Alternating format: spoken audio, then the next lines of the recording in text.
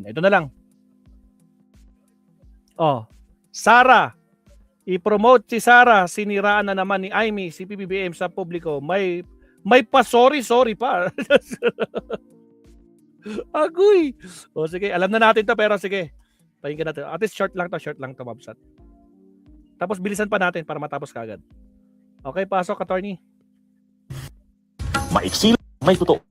Dito, sa Puntong Diretso tayo. Punto Diretso.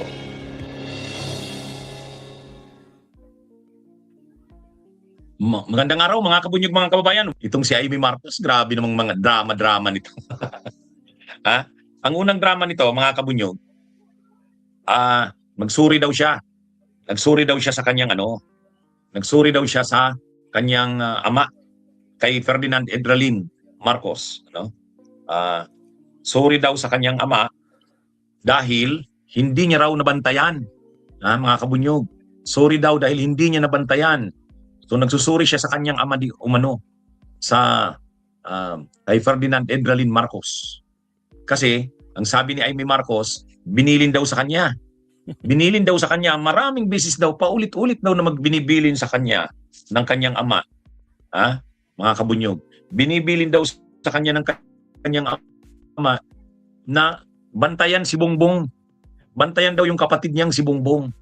Kaya lang hindi niya raw nabantayan kaya sorry daw. Humihingi raw siya ng patawad sa kanyang ama. Nung buhay pa yung tatay ko, ganitong panahon ng Semana Santa, nawawala na yon.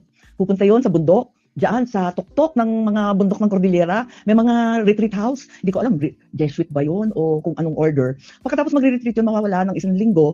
At nagtataka ako, kasi ang alam ko, nagbabakasyon yung ibang pamilya, sama-sama sila, buong Holy Week. Bakit kami, nawawala yung ama naman namin? Tinanong ko siya, ba't ganun? Sabi niya, kailangan tuwing Holy Week, babalikan mo yung buong taon kung kanino ka magpapatawad, kung sino ang patatawarin mo, kanino ka nagkulang, at sino nagkulang sa'yo, pero kakalimutan mo na yon. Tapos, hihingi ka ng guidance sa Holy Spirit na kung paano gagawin na mas okay ka sa susunod na taon. Yun ang naaalala ko. At sinabi rin niya sa akin, kahit bata pa ako, isipin mo rin, who do you have to forgive? Who do you have to ask forgiveness from? Kasi Holy Week. At yun naman dapat iniisip lagi. Ngayon, iniisip ko na ang dapat ihingi ko ng tawad. Sa tatay ko, ihingi ko ng tawad na hindi ko nagampanan. Yung utos niya, yung habilin niya, paulit-ulit, hindi lang naman nung kumanda siya at mamamatay na. Kundi talaga buong buhay yata namin, parating binibilin si Bongbong.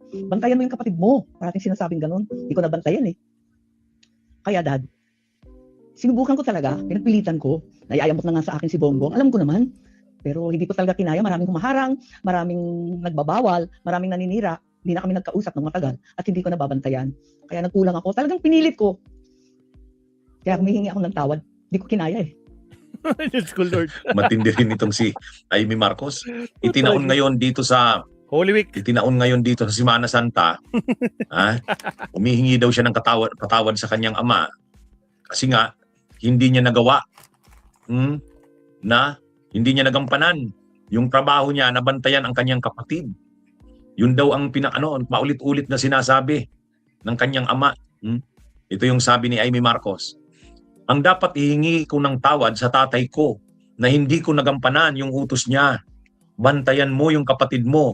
Di ko nabantayan So, mga kabunyog, mga kababayan, ano to? May mga paiyak-iyak pa paiyak-iyak pa si Amy Marcos sa video na yan. Kumbaga para sa kanya, hindi niya nabantayan. Kumbaga, ang nangyari ngayon kay PBBM, parang napunta ito sa kasamaan. Parang ganun ang pinapalabas ni Amy dyan Si BBM napunta sa kasamaan. Kaya hindi niya nabantayan. Kasalanan niya ito sa kanyang ama. Dahil pinapabantayan ito sa kanya.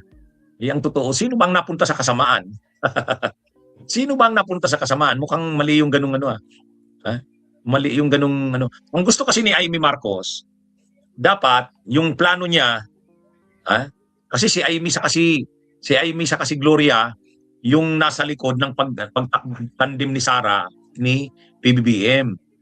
Ang bumuo ng tandem ni PBBM ni Sara ay sila Amy Marcos at saka si Gloria. Ngayon, ang nangyari ngayon, nagkahiwalay ang Marcos at Duterte, si Amy sumama sa Duterte. So ang sinasabi ngayon ni Amy, ang nangyari ngayon kay PBBM para sa kanya ay napunta ito sa masama. Kaya yung sinabi niya daw na ng kanyang ama na bantayan yung si Bongbong, hindi niya raw natupad. Parang na siya mga kabunyog, mga kababayan, na napunta ito sa kasamaan. Diyos ko Lord Rudy. Naku, narangan pa tayo mga Again, sa mga bagong pasok, huwag kalimutan mag-like and subscribe, Mabsat. Here we go. Sino bang napunta sa kasamaan? Si PBBM o siya? Si Bongbong o siya? Ha? Ang gusto niya, dapat tuloy yung kanilang samahan ng Uniteam, yung samahan ng Marcos at Duterte. Kumbaga, siguro, sa corruption, happy silang lahat. Happy silang lahat. Ha? Lalo na si Arroyo, lalo na siya. Kumbaga, ang gusto ni Amy, kung hindi nabuwag yung Uniteam, yung Marcos Duterte, pero happy silang lahat dapat. Happy si Sara, happy si Arroyo, happy siya. Salamat Tapos sa kami, Melda. 2028, si Sara na ang kandidato na presidente. Pwedeng siya naman ang vice-presidente. Tapos na si BBM. Ganun yung kanya. Kumbaga yung senaryo na gustong mangyari ni Amy, ganun. Kung yun ang nasunod, di nasa mabuti sana si BBM. Ay ngayon, dahil hindi yun ang nasunod, tinitingnan niya na si BBM ay napunta sa kasamaan. Mga kabunyog, ganyan yung drama ni Amy dyan. Ganyan yung narrative na binubuo niya dyan. Kaya lang, ang nakakano dito, bakit ang nangyari ba kay BBM? Halimbawa, ano yung mga ginawa ni BBM na mga desisyon? Lumayo sa China, pinatigil ang EG case. Tama naman yun. Tama. Pinakulong si Duterte sa ICC. Tama naman yun. Pinakulong si Ang Kibuloy. pinagkukulang si BBM. Tama yung sinimulan niya yung kampanya sa flood control. Pero ang problema, maraming hindi napapanagot. Kaya nga sa survey, sinabi naman ng maraming na survey, nawawala ang tiwala, humina ang tiwala nila sa presidente kasi maraming hindi napapanagot sa mga anomalya sa flood control.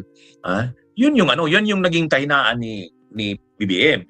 Ang problema kasi at Attorney Enzo, pilit nilang sinasabi, yan si Martin Romualdez, hindi pa napapanagot, siya ang utak diyan. Sinasabi ng mga garapata at saka yung mga anti-Romualdez. Ang tanong, hanggang ngayon wala kasing ebidensya. Puro yung ebidensya nila, putragi sino? Si Zaldico, Pugante. Biglang nawawala, 'di ba? O sino pa? Sino pa 'yun? Si Gutesa. Anyari kay Gutesa. Tapos sasabihin ni Mike Defensor, bumaligtad na daw si Gutesa. Hindi na daw yun sinabi, pumatay tayo diyan. 'Yun ang problema kasi sa mga garapata, Wag kasi tayo wag kasi kayo kailangan maglabas kayo ng ebidensya, talagang magtuturo na si Kon talaga. At talagang siguraduhin yung meron talaga, Hindi yung sabi-sabi lang tapos biglang nawawala. Diyos ko Lord. Pero yung pagpahuli kay Duterte at pagdala sa ICC, tama yun. Tama. Pero kay Amy, mali yun. Maling-mali. Mali yun. Yung pagtigil ng extrajudicial killings, yung kampanya sa war on drugs, hindi na madugo, hindi na maraming pinapatay, tama yun. Bakit? Ang gusto ni Amy, ipagpatuloy yung ginagawa ng Duterte, yung mga pagpatay sa war on drugs, yung pagkampi sa China. Yun ang mga gusto ni Amy. Kung yun ang nasunod, ibig sabihin, mabuti ang lagay ni PBBM. Ngayon, dahil hindi nasunod yung gusto niya, humihingi raw siya ng tawad sa kanyang ama. Unang-una, bakit siya hihingi ng tawad sa kanyang ama? Mali ba yung nangyari kay PBB? Mukhang mas tama pa nga eh. Di ba, mga kabunyog, mas tama pa nga ang nangyari. Yung mga ginawa ni PBBM na pinakulong si Duterte sa ICC, tama. Yung pagtigil sa EG case, tama yun. Isama nyo pa si Kibuloy. Ano yan eh. Ang gusto kasi ni Amy, dapat ang ginawa ni BBM, hindi nabuwag yung Uniteam. Dapat happy rin si Sara, happy rin si Amy, happy rin si Gloria. Busog din dapat sila. Wala. Tapos dapat sa 2028, si Sara na ang presidente. Pwedeng siya na ang vice. Yun. Okay, mga kabunyog, mga kabayan, magandang araw sa inyong lahat. Ayan. Salamat, Attorney Enzo. Ayan. So, yan lang mga kabsat, Diyos ko Lord Rudy. Iba talaga ito si Manang Amy, mga kabsat, naturingang Ilocana, na talagang, ewan ko ano nangyari, mukhang sinaniban talaga siya ng masamang elemento ng mga garapatang DDS, Diyos ko Lord. Pero anyway, kabsat, again, maraming salamat pa rin at paano nasa tamang pag-iisip ang ating Pangulong Bongbong Marcos. Alright, it's already 12:14, 12:15 mga kabsat. Meron akong premiere, baka naman. Puntahan natin saglit. Maestro Paul. Hindi, nakanda na pala eh. Nandito na eh. nandito na. Ito, lipat kayo dito mga kabsat. Kahit like lang mga kabsat. Ito, pag-usapan